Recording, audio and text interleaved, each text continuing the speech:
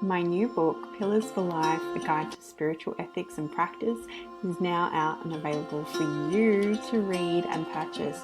You can check out our website, willowhealing.org, to find a link, or you can find it on Amazon. We look forward to getting your feedback, and if you love it, please leave a review and share with your friends. Now it's time for the show. Welcome to Willow Healing Matters, the podcast. We are so excited to have you joining us on this journey where we explore different ways to empower your soul, whether it's healing in your kitchen or all the way up in the corporate world. Come with us as we look into different ways to heal your mind, body, and soul.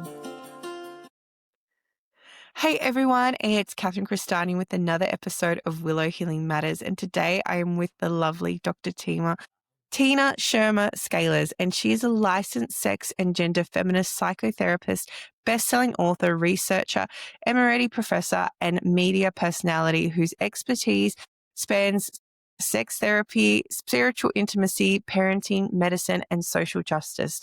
Her revolutionary perspectives have been expressed on platforms such as Spirituality and Health, Finery 29, Vocal Medium, and Bust magazines, along with many podcasts, radio, news, and TV outlets. Known for exposing the impact of patriarchy and sexual shame on our ability to securely attach to our partners and instruct our children to attach to theirs, Dr. Seller's book, Sex, God, and the Conservative Church, Erasing Shame and Sexual Intimacy, has been a global impact. Her latest book, Shameless Parenting, Everything You Need to Raise Shame-Free, Confident Kids and Heal Your Shame Too, was a new release bestseller in 8 categories. She speaks throughout the world on how to heal and how to raise shame-free and relationally confident children. In 2015, Dr. Sellers founded the Northwest Institute of Intimacy, a postgraduate institute in training health psychotherapists, educators, clergy, and physicians in sexual health, healing sexual shame and trauma, and understanding their sexual biases. In 2023, Tina founded the NanaRising.org, a private membership community for psychedelic assisted therapists and medical providers to get ongoing clinical consultation, collaboration, training, and support in creating scholarisms for that under-resourced and participation in an Indigenous reparation fund.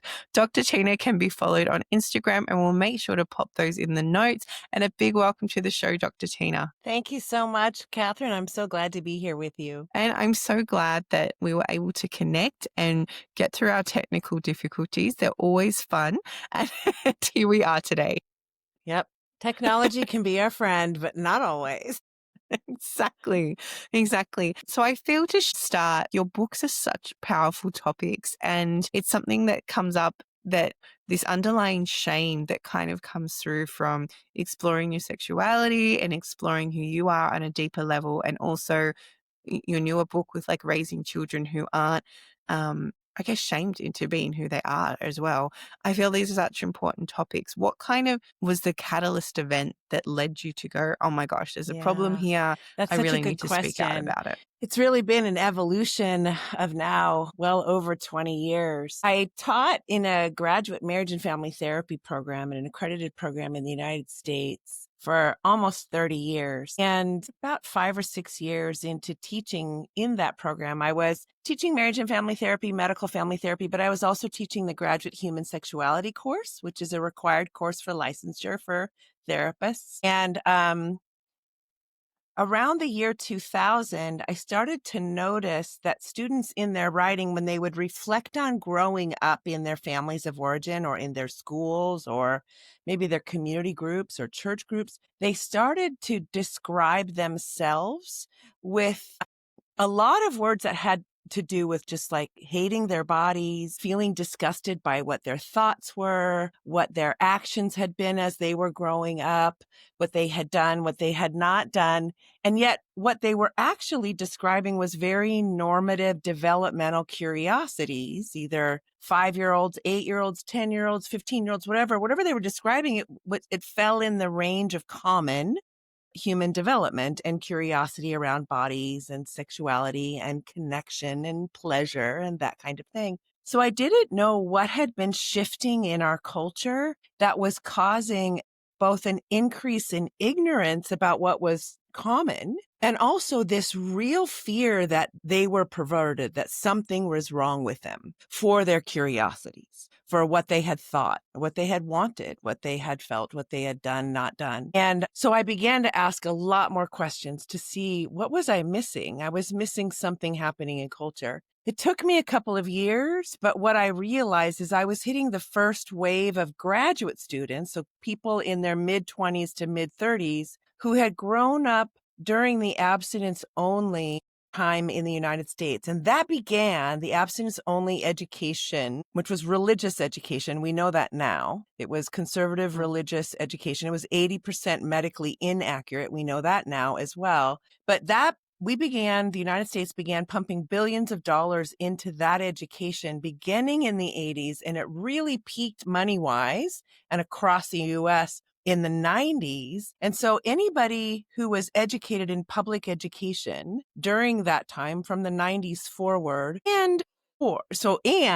if they also were, and not always, but many people had also been involved in some community group or church group where they had gotten this message again with the overlay that God was disappointed in them, that they were going to ruin their future. They were going to ruin their chance of having a good relationship with somebody. And they really believed that they were damaged goods for the thoughts and feelings and actions that they had participated in their adolescence. But like I said, what they were describing fell in the range of the stories I'd been hearing my entire career. So that's when I launched in doing real research about what's happening. And I began writing the first book, Sex, God, and the Conservative Church, Erasing Shame from Sexual Intimacy. And I asked the question, had America always been sex negative? Had Christianity always been sex negative? How did this evolve in the US? What role has capitalism played in this? And then how do you heal? So we really looked at how you heal and how do you begin to claim your body and its desires for connection and pleasure? How do you claim that as good, as a created part of being human? And that's really how I came to write that book. The second book came about because I had so many people that read the first book who said, now I understand what happened. Like, I understand what happened to me. I understand the forces involved, the role patriarchy played, et cetera, et cetera. But here I'm in this position that I don't want to do to my kids or the kids in my life what was done to me, but I don't know what to do. Can you help me? And I said, absolutely. I've been training therapists and physicians for years. I will write you a book that will read like a workbook. It'll go birth to 2, 2 to 4, 4 to 6. It'll say, here's what kids developmentally are trying to accomplish emotionally, behaviorally, generally speaking. Here's what their body curiosities are. Here are the top books and websites for kids and for parents in this 1-2 year time frame or the next 2-year time frame. And I'll literally hold your hand. So you only have to be a couple years ahead of your kid. You don't have to have it all figured out. And I'll help you do it different for them. Yeah, that's so beautiful, Dr. Tina. And we have a little bit of a delay, apologies, because it's so true. Even when I went through my first marriage, I remember sitting in the compulsory Catholic education thing before you get married on how to be a good marriage and things like that. And they talked about natural family planning. But then the person who was telling us about it and how amazing it was, she's like, oh, yes. So out of my 5 or 6 children, one of them was actually, this worked amazing for, and they were planned. And I was like, they're not good odds. Like if I don't want to have a child, because they were still teaching the, like, you don't use contraception, like that gets in the way of God's work and all these things like that. And this is maybe, 15 years ago, maybe, or something like that. So it's not, Wow. It's still quite recent. But for me, I'm just sitting there, and then how the person was talking was very like looking down on everyone that doesn't do that. And then there was this poor girl in the room, young girl in the room, who was pregnant with her partner. So obviously being made to get married because of the Catholic values and things like that. And it was just so eye-opening, like being in there. And then, I was recently interviewing somebody else, and they were talking about the shame that comes up from, even if you don't agree with it, it's being subliminally programmed, that there's this shame if you want to explore your sexual orientation, if you want to explore all these things. And I also interviewed this other person. It's all coming together, right? I love that I did this in like a series. And her name's Leah Spasova, and she started this website to help people, and I feel to connect you to actually, but to help people know that, you can have a kink and you can have all these things, and there's nothing to be ashamed about because pleasure and desire is part of how we've been built and designed. And I love that you've now created this second book. Being a parent myself, it's like, how do you govern through that without putting all the beliefs that you've had programmed into you onto them? And, Right. a lot of people don't realize how much is programmed from the moment they're even born. Even if you haven't done it, it's all around them in culture as well.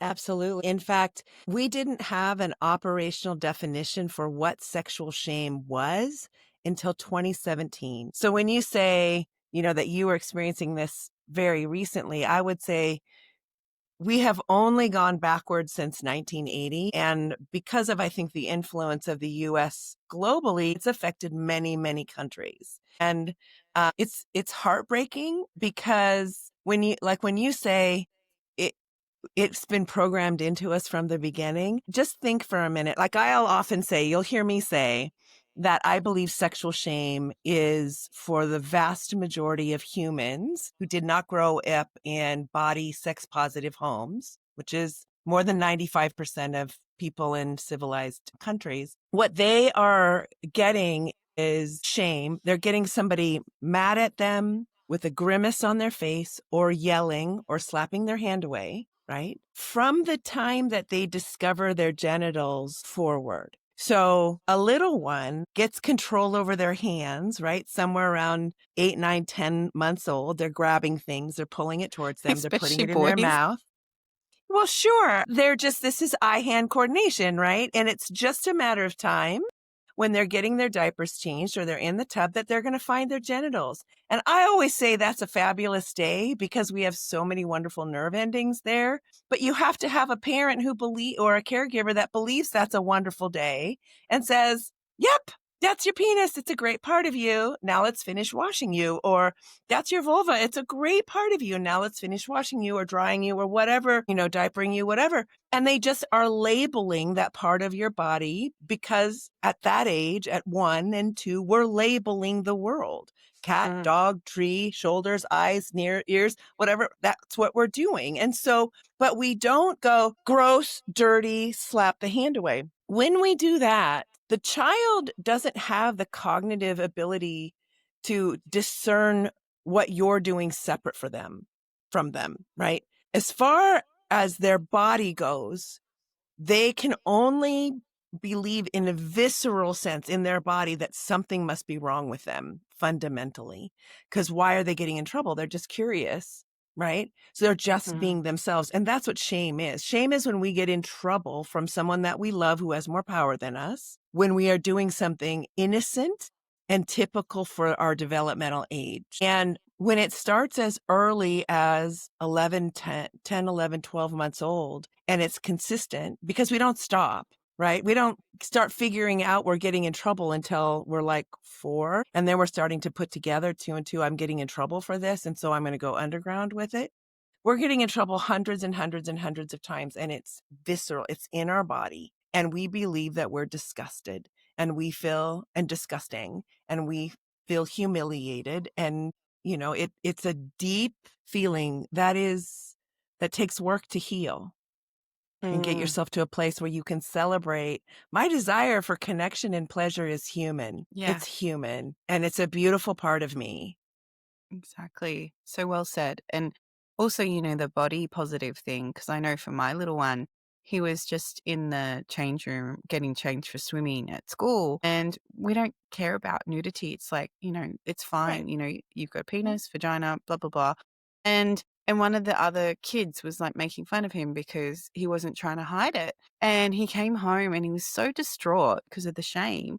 And we're like, you didn't do anything wrong. Like, everyone has body parts. And we're like, the fact that he isn't comfortable in himself, he's like this poor little 6-year-old, 7-year-old. And Yeah. at the same time, he's just like, he will not now get changed in change rooms easily. Like he has to hide everything. And to try and unpack that as a parent, it's just like, and it does, it takes like one thing, like you said, like one action, Mhm. one thing from someone that's meant to be influential in your life that, can cause that lasting impact. And then because they're Mhm. kids, they kind of forget about it. And then he got an invitation from this kid to go to his party. And he's like, oh, yeah, I'm going to go. I said, and we were sitting down and we said, do you really want to go? He's done X, Y, and Z, and he made you feel really shamed about, all this, and you did nothing wrong. And he goes, actually, no, I don't want to go. And I was like, great, you don't have to say yes. So we taught him very early on, like, if people make you feel that way, it's not okay. And you don't have to keep giving in to them. Yeah. What a beautiful lesson, Catherine. That's a beautiful story. That you can take something that was initially hurtful to your child and you can help them develop discernment around, because it wasn't Yes. them, it was somebody else. And that can serve him the rest of his life. Exactly. And I find that, as a parent, you're navigating all these so much. And I'm not going to sugarcoat it for anyone that's thinking about becoming a parent listening to us. It is not easy. Every day you question, Mm. should I have said that? Shouldn't I have said that? Am I going to mark my child for life? Am I going to be doing all the healing or the trauma later on? Like whatever Yeah. it might be. But you just Yeah. try your best and you go from your heart. And it's about when you know better, like, if you're curious, you go get some, like your book, Dr. Tina, and you be Yeah. curious about it and you help build up your knowledge so that you can do better if you want to do better. Right, exactly. And with your children, it's, when you learn better, you can say, I'm learning something right now. And I wish I knew this when you were younger. This is what I'm learning. I would have liked to have done this. I'm sorry I didn't know better then. And then you're giving them a model of how to have humility and grace and own our mistakes and say what we're going to do better. And that is beautiful modeling for them because they will have plenty of opportunities to do the same, right? So I often say there's no such thing as being a perfect human. Like that's an oxymoron. No, we are radically valuable and we are radically imperfect and we're all on a journey of learning. And it's okay to be transparent about that. Like I didn't have that figured out then and I'm learning this now. And that's good. That's fine. 100%. And I love what you said. You're not meant to be perfectly human because we've been so conditioned not to fail or not to, have a go. And if it doesn't work out, learn from that. And, it's so important. Like I used to run a masterclass called Imperfectly Perfect because, so often it's like, oh, I can't launch my website yet. It's not perfect. I can't put my offering out into the world. It's not perfect. Whereas I'm like, just do it because it's going to keep evolving anyway. And it's going to keep changing because you're going to keep evolving. And I feel too that beautiful message you shared about sharing that, hey, I'm learning something with your child and feeding that back. It's show exactly like you said, it shows humility, but it also teaches them I can change. I don't have to be the same person my whole life. Yes. Yeah. And changing is actually good. It's about evolving and bettering ourselves. Like I said, we're all on a journey. We start one place and hopefully we are continuing to grow and change. That's evolution. That's good. I don't want to be the way I was at 16. Thank you very much. We want to be evolving. Could you imagine? Oh my goodness. I look back and I'm like, no. No. I was like the rebellious teenager who was just very interested in boys and told I couldn't be. So I went through all this shame and everything. So I understand. Right. Oh, Right. dear. Yeah.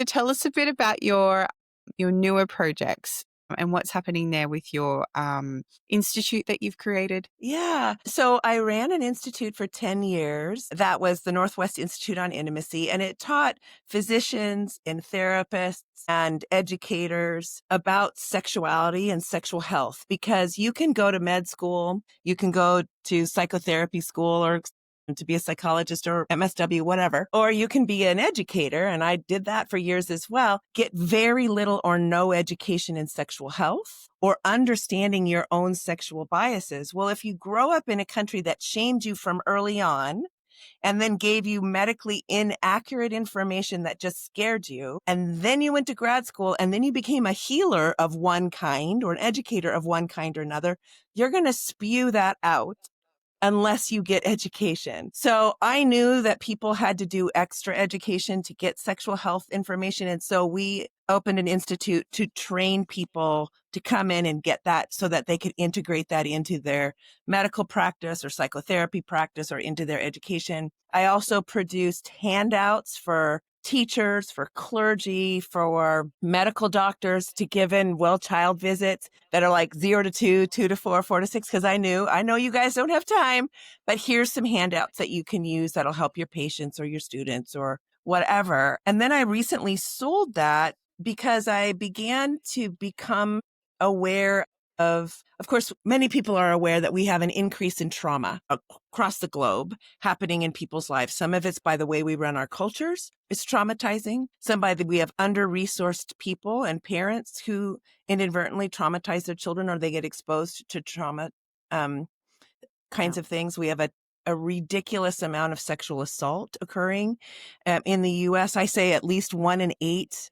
80% of women and probably 70% of men will experience some kind of assault. And then, there's a lot of it.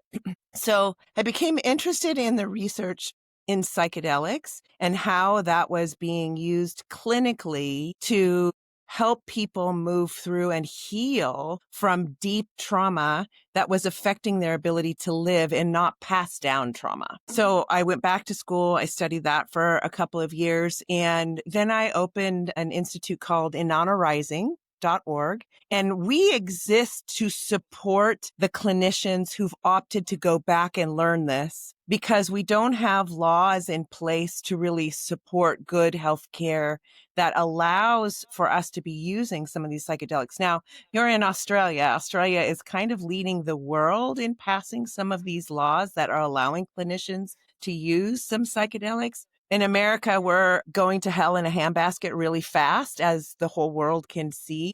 And so we don't have healthcare right now that is caring for people in adequate ways. So there are many clinicians that have gone back to study how to do this carefully, ethically, in a patient-centered way, in a way that honors indigenous wisdoms and is very mindful. And then they're trying to figure out how to do it given the laws in their particular states.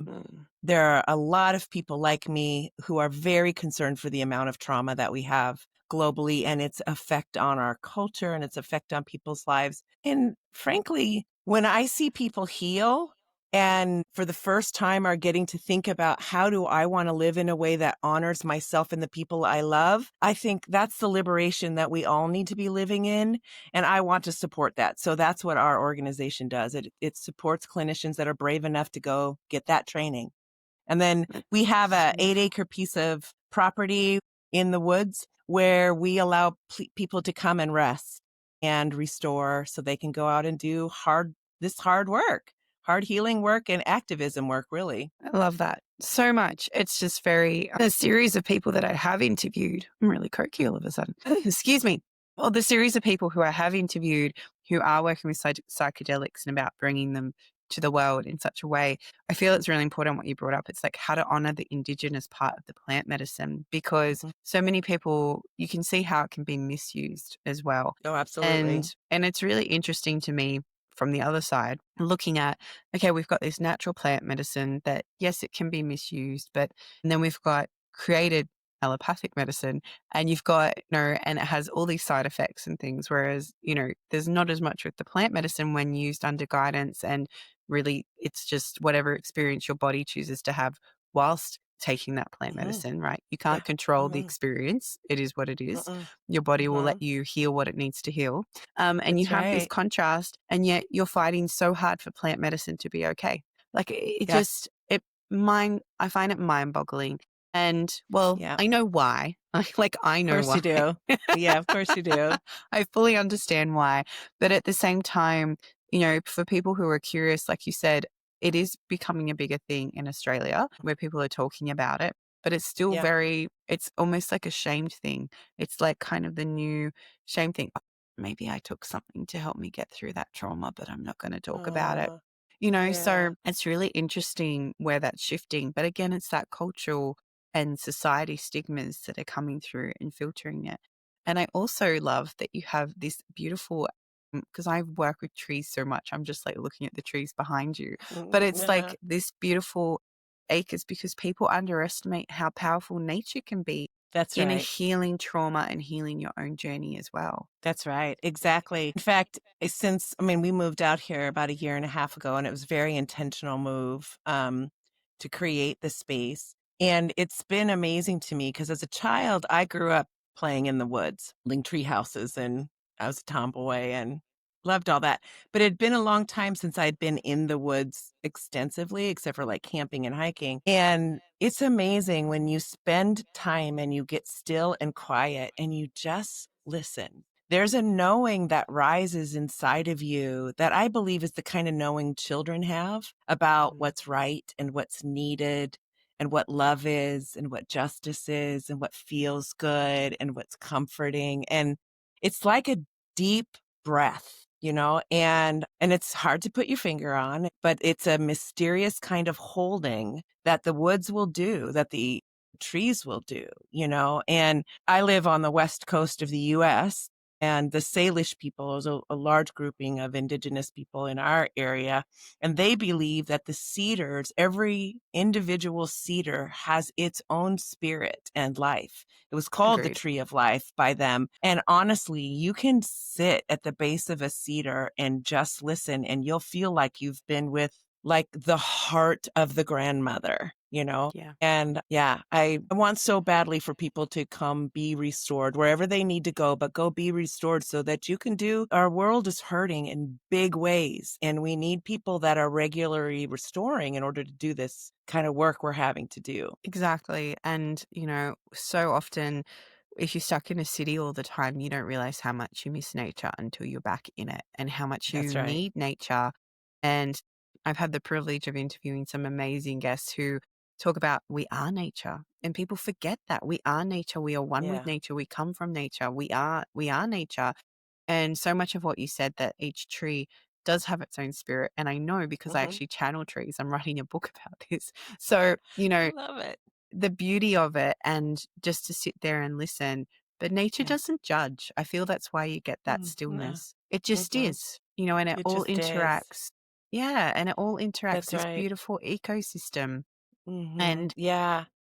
figures out how to make it work. How can I Hmm. grow next to this tree? Even though we might not really like each other, we're still going to grow and make it work together and become Hmm. in synergy with each other. Yes, exactly. And that's where I feel that these plant medicines are creating a bridge between the parts of us that used to know that we were part of the larger sacred web of life and the part of it that's yearning for that, right? And you can have an experience. And like you were saying, your inner healer knows what you need. And the medicine works with your inner healer to bring that next piece forward, whatever that is. But it could be something as simple and profound as do what you can and trust us, the woods, the ancestors, that which is beyond you. Trust us. Trust us. We've got you. We've got your back. Do what you can. Do what you can to make a difference and then trust us. I had that message come to me in a recent journey that I did, and I was literally, sitting with the trees and I thought that's exactly what I needed to hear. I needed to hear that I can let go of all the things beyond what I can do right now, right today. I can let that go. And I can trust that there are forces bigger than me that have always been a part of things and are a part of things, and that I can lean into that. And I think whatever it is we're needing to hear or needing to know, we can know at the base of a tree, or we can know inside medicine. Whatever we're meant to know, we can know in a dream, we can know in a walk. It can come to us, our mind can open, but that information is available. We just need to open to it, I think. 100%. I so agree. And, for people who are curious, like, oh, what do psychedelics do that's different? Well, it just allows you to bypass all the things blocking you from getting to the real you, really. Yeah, So, that's right. because especially if you've gone through a lot of trauma, it can be really hard to switch out of that fight, flight, Yeah. freeze state and come back to yourself enough that you can get the deeper answers rather than staying in that loop that your nervous system has got you Right. in. Yeah. The fMRI research has shown that beyond the age of about 5, we start patterning our thinking, right? And when you're looking at it on a graph, it's like patterned thinking, you know? And but when we're 1, 2, 3, 4, and 5, and we're just our left brain and language is coming on, at 18 months, 2 years, and we're starting to think, our brain is going every which way. And that's why kids say the darndest things, because they're not thinking in love it. patterned ways. I love it so much, But it's one of the things that psychedelics does is it opens up our brain and it shuts down that sort of prefrontal lobe that keeps everything so controlled. It gently shuts that down and opens up the knowing that is there. It's there in us, but we often really struggle to get to it, just like you're saying, because of trauma, because of what we think we should do, with all the shoulds, with all the downloads of patriarchy and capitalism that have happened, and shoulds and should nots. It gets in the way of us being the creative miracle that we are, right? And knowing the things that we can know. And I'm grateful that the medicine is there to help some of us get more access to those parts of us. Yeah, so beautifully said. I know from working when I was a student, speech language pathologist, and we get people come in with prefrontal brain injury. There's no filter anymore, like at all. And it's really interesting. And the family's like, what's wrong with them? And we're like, there's just no filter. You just have to accept they're just going to say what they're thinking. And they're like, and I was like, part of me is like, how refreshing would that be? People actually said all the time what they were Right. feeling or thinking rather than putting this filter. Again, sometimes you have to hold back because you're in reaction, right? And you're like, hang on, that's not really how I feel. My ego's just kicking in and I just want to react to that moment. Yeah, But at the same right. time, it can be really refreshing that people are just, and like you said, I love working with that age group, like from 2 to 4. Like they're just so innocent and, so easy to show them the magic of the world without everything else getting in the way. Like you said, their brain is quite open. You go tell them, you go ask that tree before you take that leaf or pick that flower. And they're like, okay, no worries. Oh, the tree said no. I was like, it did. Oh, okay. What about this tree? Oh, that one's okay. All right, we'll go get that one. And I was like, wow, awesome. We're honoring Earth already. And you don't even have to verse an adult, right? And an adult's there going, Right. what do you mean I got to get a yes or no? I'm like, just listen, you'll hear it. Like it will just come to your heart. Like just trust. And they're like, no, I can't. Like trees don't talk, don't they? Right, exactly. And I find Yes. it's such just this beautiful contrast. And, the more curious you are, and I feel like it's very parallel to a journey of spirituality, right? We call it, bringing down the veils. It's bringing down those layers of conditioning you've had through the trauma, through the beliefs, through all the culture things.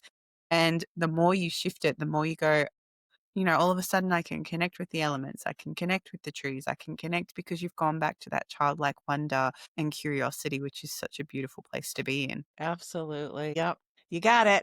And you're like, and I'm going to go hug a tree today. So Yeah. why not? They've Yeah. proven it works. People, if you're worried about the science, it's out there now. It's great. It is. And since you're in a cold climate right now, I'll hug one for you today too. Thank you very much. I'll probably still go talk to them. I don't mind. There you go. And Dr. Tina, as we start to finish our time together, I ask guests that come on, if you could heal or change something in the world, what would it be? Gosh, that's a tall order, isn't it? It is. Man, there's so many things. There's so many things I would want to change. But if I could, I just firmly believe that if we could, sweeping across all the people who are drawing breath right now, if they could know in their heart that they are like fearfully and wonderfully made, that they are beloved, and that they have the power to do love and do just things, justice kinds of things in the world, and that happiness will come from seeing themselves as valuable and worthy and seeing others as valuable and worthy too, and then working towards the betterment of all of us.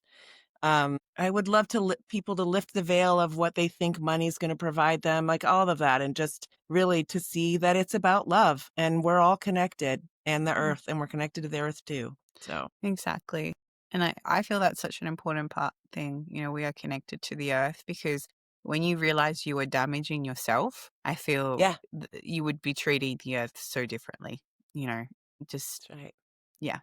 And where can people find you, Dr. Tina, or get access to your books? Sure. Yeah. Well, you can find me on Instagram at Dr. Tina. So DRTINA, shameless. We have the beginning of an Instagram for Inanna Rising, and it is Inanna, INANNA underscore rising, RISING underscore PAT, and that stands for psychedelic assisted therapy. So you can find my books on Amazon. You can also go to any bookseller or library and ask them to get it for you if they don't have it. And also, I'll just say for any of your listeners, if anybody can't afford one of those books and they really want to read it, all they need to do is DM me on Instagram and I will send them a promo code so they at least can listen to it. I don't want people to not have those books because they are very liberating for people who've been raised in authoritarian homes or conservative religious homes or been really shamed about their bodies. Those books, both of them, are incredibly liberating. And I want people to be liberated and live their best life. This is the only one you got. So yeah, that's probably the best ways to get at me. And my website is tinashermersellers.com. So just my name.com. And you can reach out at any time. If I can respond, I will respond. Beautiful. And I'll make sure to put all those details in the show notes, including let's get your Instagram happening more for the Inanna Rising, right? Why not? Right. Yeah, absolutely. Yeah. It's, yeah, that's definitely our future. So hopefully we can get that all growing everywhere, including Exactly. Australia. Exactly. Well, thank you so much for your time, Dr. Tina, and sharing your journey and for being such a champion of allowing people to come back to themselves. Thank you so much. Yes. Thank you so much for having me, Catherine. It was a joy to be with you. Thank you for listening to Willow Healing Matters, the podcast. We have so much love and gratitude that you have taken the time out of your day to empower you on your healing journey. The views shared by the person being interviewed might not necessarily reflect that of the host and should be used at your own discernment. Trust what resonates for you and follow your heart and soul guidance. If you have any underlying medical conditions or mental health issues, please consult with your healthcare provider before pursuing any of the recommendations. Likewise, you can always contact the person being interviewed to find out more information. This can be found in the show notes. Remember to activate, align, heal, empower, and find love in everything that you do.